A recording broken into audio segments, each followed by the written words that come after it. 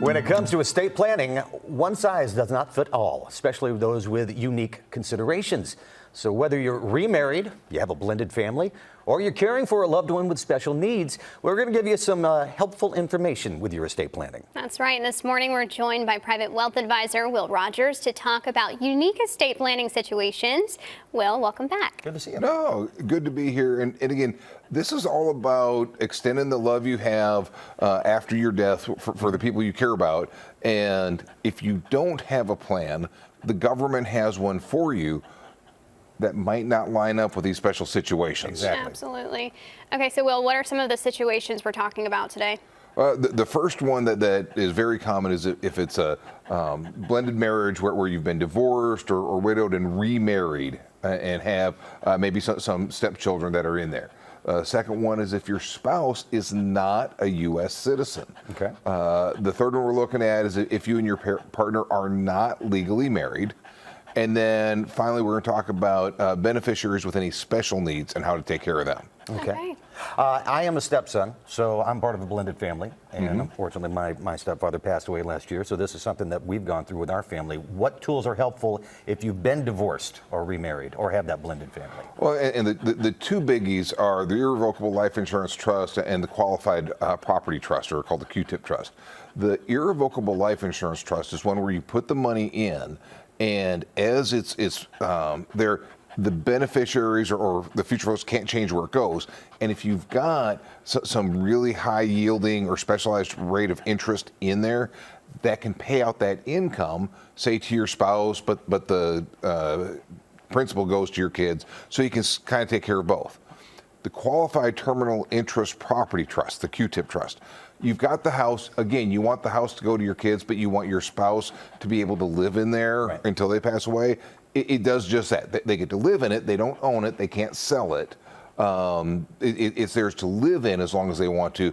But at their death, then that house passes to the beneficiaries of the trust. Okay.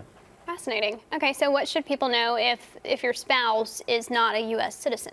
So there's all these things you hear, oh, I can give my spouse unlimited amounts of money. I've got these IRAs and going. No, all those rules change. So you're limited to $190,000 a year that you can give a non-citizen spouse. You do have a lifetime gift rule exclusion of just under $14 million. So there's a good bit there. But what you're giving counts against that. Right. And the other thing is as you're looking at the qualified domestic trust, the rules, if it's not a U.S. citizen, may force them to pay out some of the income of that in less than favorable tax circumstances. So again, knowing what you're going to have set up and knowing the differences of that situation with a non-citizen spouse, you want to do the planning to take care of that. Yeah, planning no matter what is so important in this situation. Speaking of spousing, it's common law. For people that are not married, and I guess it's common law after a certain years, but what if your partner and you are not married with this? Then they've got all the rights to your estate that I've got to yours. None. Okay. So you need to make sure you've got this in writing. You want to have a will and a durable power of attorney healthcare directive as a minimum. Those are kind of the catch-alls that take care of stuff. The healthcare power of attorney is incredibly important, where if you want this special person to be able to make healthcare decisions for you, if they're not your spouse and not family, they can't do it without that authorization. Having beneficiaries on your accounts. This is the easiest thing. It doesn't cost you anything to do this. You can change it if you want to. Having those beneficiaries there, and keep in mind, you're not going to benefit from marital deduction. So you've got a lot of other headaches with this. The titles of the assets. Joint tenants in common is not the same as joint with rights of survivorship. I know I'm getting really deep in the weeds on this, but it's paying attention. A living trust can help with this because then it kind of supervents all the rules, and whatever the trust document says, that's where the money goes. But you got to set it up. Right. Until it can become too late, and then, Right. And that has happened many, many times. Yeah, me too. No, and one of my worst experiences during COVID was folks that were on ventilators that needed financial decisions made, but did not have financial powers of attorney drafted, and nothing could be done. Right. Okay, so what about beneficiaries with special needs? No, and this is one that is near and dear to me. I've got several clients that we help with this, and one option is setting up a special needs trust. And a great way to fund that is what's called a second to die life insurance policy. So, as long as mom or dad are around, they can take care of the child.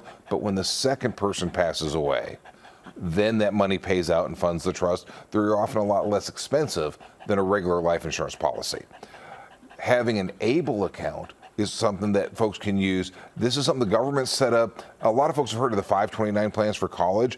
It uses the same legislation, and it's a very simple account that you can set up where folks can still get money for their beneficiaries. Okay. Any last thoughts? We got about 30 seconds.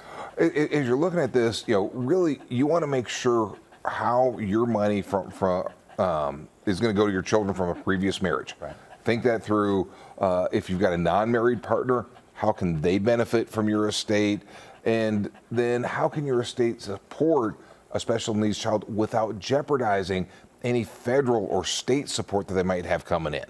So there's good things that people can do, but make sure you've got a plan to address them. Get it in writing. Absolutely. Do that. Real quick, what are we talking about next week? So next week we're talking about giving, and we're actually going to be talking about an event we've got coming up at Golden Harvest. And so it's creative ways to give, but I'm also hoping folks will get out and join us as we're helping folks on November 6th, which is the Thursday after our show. But we're talking about just creative estate planning and creative ways to give back to the community. Great stuff. Awesome. Great to see you, Will. Yeah, And Baxter, thanks for joining us. Appreciate it. All right.